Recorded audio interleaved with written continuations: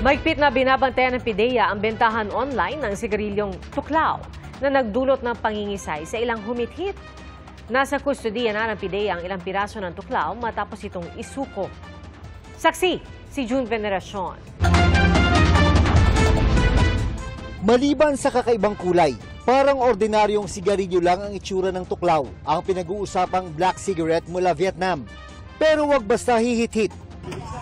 Tulad ng ginawa ng 3 kabataang ito sa Palawan at ng isang pinahitit sa Taguig City. Ang huli, nangisay, nagsisigaw, umiiyak at biglang nagwala.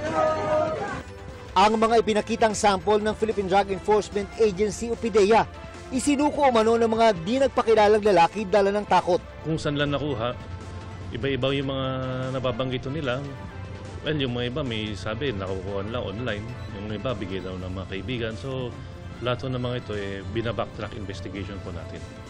Sa lab test, nagpositibo rin ang mga ito sa synthetic cannabinoid.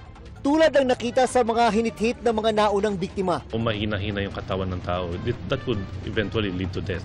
May mga minomonitor na internet site ang PIDEA kung saan lantaran umano ang bentahan ng tuklaw. Nangangalap muna sila ng ebidensya bago magsagawa ng buy-bust operation. Yan yung kailangan din bantayan ng mga courier services na baka magamit din po sila for illicit activities. Para sa GMA Integrated News, June Veneracion ang inyong saksi. Mga kapuso, maging una sa saksi. Mag-subscribe sa GMA Integrated News sa YouTube para sa iba't ibang balita.